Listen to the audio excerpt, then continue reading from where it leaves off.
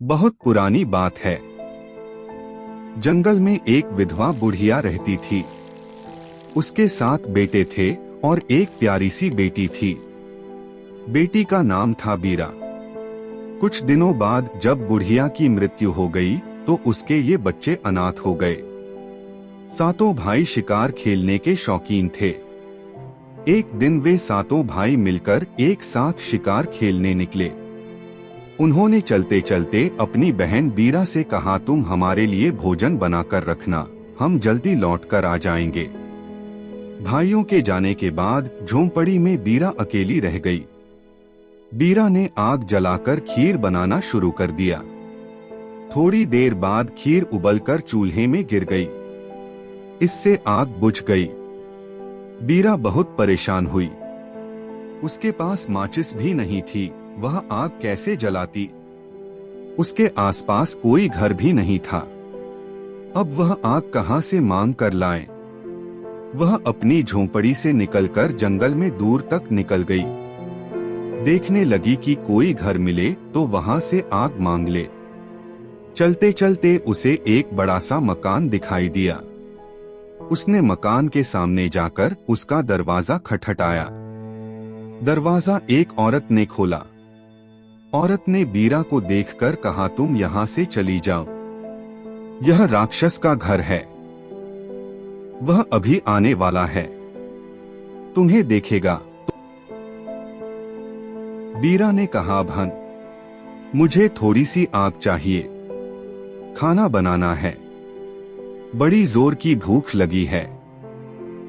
वह औरत राक्षस की पत्नी थी, लेकिन जब बीरा ने उसे बहन कहा तो उसे बीरा पर दया आ गई। उसने बीरा को जल्दी से थोड़ी सी आग दे दी। उसने उसे चौलाई भी दी और कहा, तुम यहाँ से जल्दी निकल जाओ। ऐसा करना कि रास्ते में इस चौलाई के दानों को गिराती जाना। जहाँ भी 2 रास्ते मिलें, वहाँ के बाद चौलाई मत गिराना।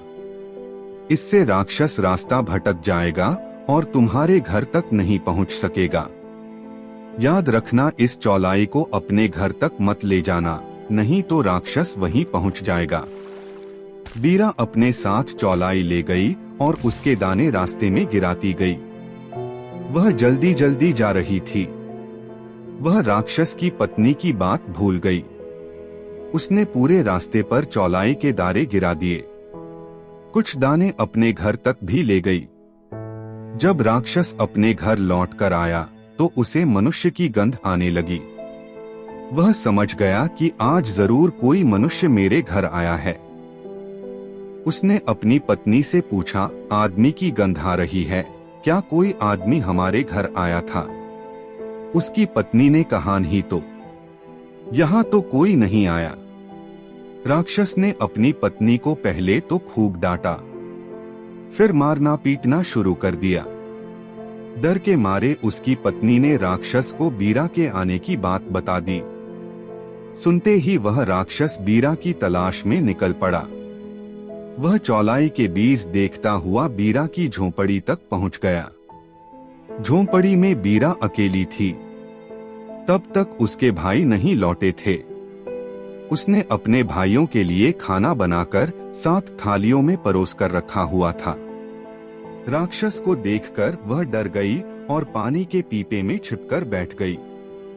राक्षस ने सारा खाना खा लिया।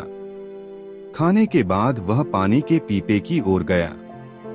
सारा पानी पीने के बाद उसने खाली पीपे में बैठी बीरा को पकड़ लिया।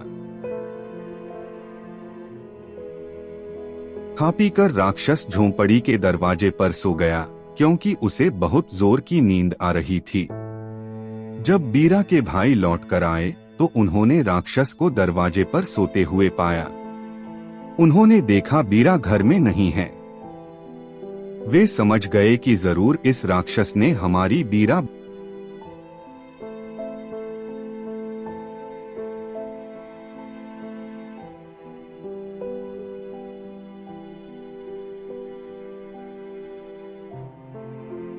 इसके बाद वे भाई बहन सुख पूर्वक रहने लगे। जब भी वे कभी बाहर जाते तो कोई न कोई भाई बीरा के पास जरूर रह जाता था।